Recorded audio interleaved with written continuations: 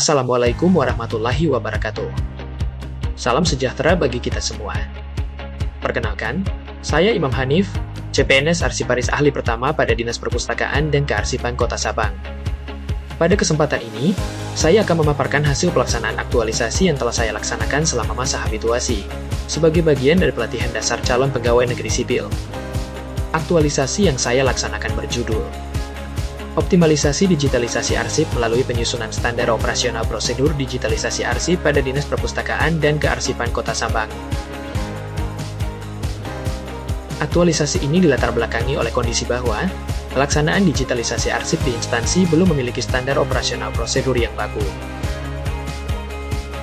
Akibatnya, proses digitalisasi masih dilakukan berdasarkan kebiasaan masing-masing petugas, sehingga belum memiliki standar yang seragam, mulai dari persiapan arsip, proses scanning, penamaan file, penyimpanan, hingga pengendalian mutu hasil digitalisasi. Kondisi tersebut berpotensi menimbulkan ketidakkonsistenan hasil digitalisasi, serta menyulitkan proses pengelolaan arsip elektronik di masa mendatang. Oleh karena itu, saya mengangkat isu belum optimalnya digitalisasi arsip pada Dinas Perpustakaan dan Kearsipan Kota Sabang. Kegiatan pertama adalah melakukan konsultasi dengan mentor, mengidentifikasi kondisi existing digitalisasi arsip, serta menyusun kebutuhan penyusunan SOP sebagai dasar pelaksanaan aktualisasi.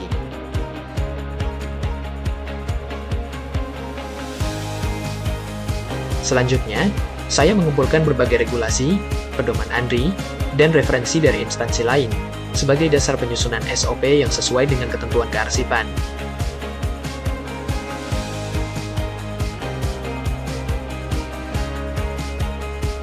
Berdasarkan referensi tersebut, saya menyusun draft SOP digitalisasi arsip, lengkap dengan alam kerja atau flowchart, agar setiap tahapan digitalisasi memiliki prosedur yang jelas dan mudah dipahami.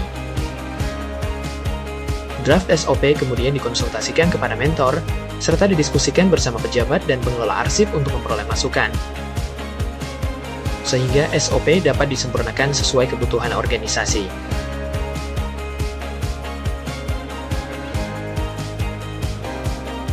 Setelah finalisasi, SOP disosialisasikan kepada ASN dan pengelola arsip. Pada kegiatan ini, saya juga membuat media penyimpanan berbasis Google Drive sebagai tempat penyimpanan arsip digital yang telah dialih mediakan, sehingga penyimpanan menjadi lebih terstruktur dan mudah diakses.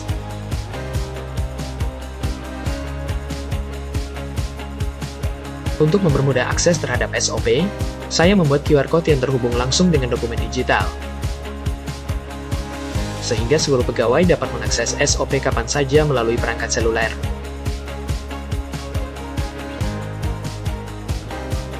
SOP yang telah disusun kemudian diimplementasikan dalam kegiatan digitalisasi arsip. Pelaksanaan dilakukan sesuai prosedur, mulai dari persiapan arsip, proses scanning, pengendalian mutu hasil digitalisasi hingga penyimpanan arsip digital.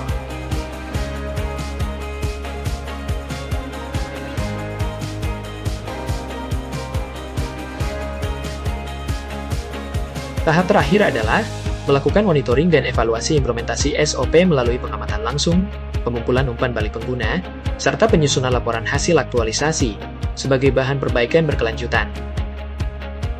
Dengan adanya SOP digitalisasi arsip, proses digitalisasi menjadi lebih terstandar, konsisten, dan mudah dipahami oleh seluruh pelaksana.